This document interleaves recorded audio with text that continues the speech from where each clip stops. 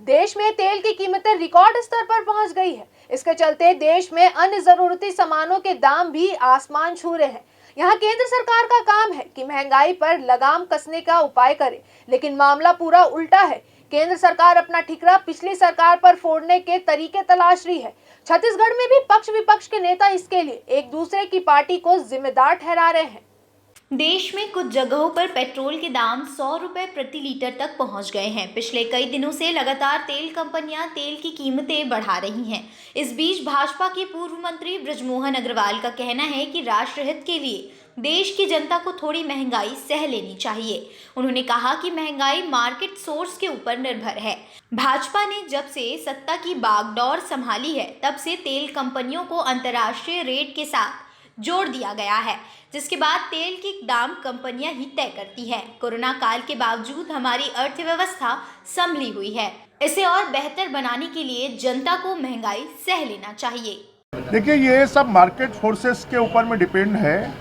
पूरी दुनिया और पूरा देश जानता है कि जब से बीजेपी की सरकार आई है, पेट्रोल डीजल को अंतर्राष्ट्रीय रेट के साथ में जोड़ दिया गया है और वो कंपनियां अंतर्राष्ट्रीय रेट के आधार पर तय करती हैं।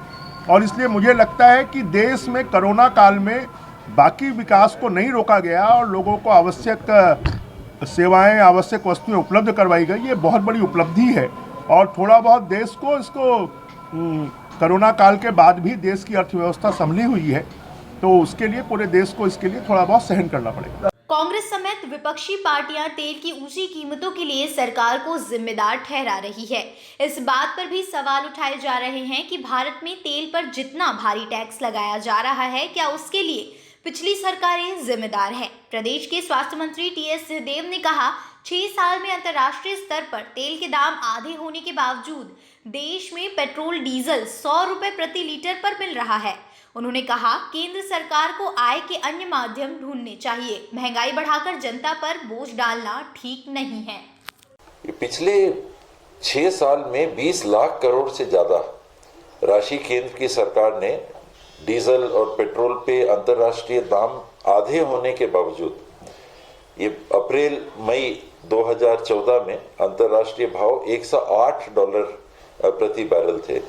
आज ये करीब 54 दशमलव कुछ डॉलर प्रति बैरल है, यानी आधा, 108 का 54। और दाम जहां 70 रुपए अगर पेट्रोल का था, आज 90 पार कर गया है। डीजल का इसी तरह से 75 के आसपास था, तो आज 90 पहुंच रहा है। और इन परिस्थितियों में केंद्र सरकार को आमदनी के दूसरे जरिए ढूंढने होंगे। मध्यम वर्ग और उपभोक्ताओं के ऊपर और किसानों के ऊपर इसका भार डालना ये गलत नीति है। पेट्रोल व डीजल के दाम में एक्साइज ड्यूटी, डीलर कमीशन और अन्य चीजें जोड़ने के बाद इसका दाम लगभग 2 गुना हो जाता है। अगर केंद्र सरकार की एक्साइज ड्यूटी और राज्य सरकारों की वैट हटा दे तो डीजल और पेट्रोल के रेट लगभग 27 रुपए प्रति लीटर रहता। लेकिन चाहे केंद्र हो या राज्य सरकार, दोनों किसी भी कीमत पर टैक्स नहीं हटा सकती, क्योंकि राजस्व का एक बड़ा हिस्सा यही से आता है। बहरहाल केंद्र व राज्य सरकारें जनता को महंगाई से राहत दिला पाएगी या नहीं, ये तो देखने वाली बात होगी। Bureau report, the news.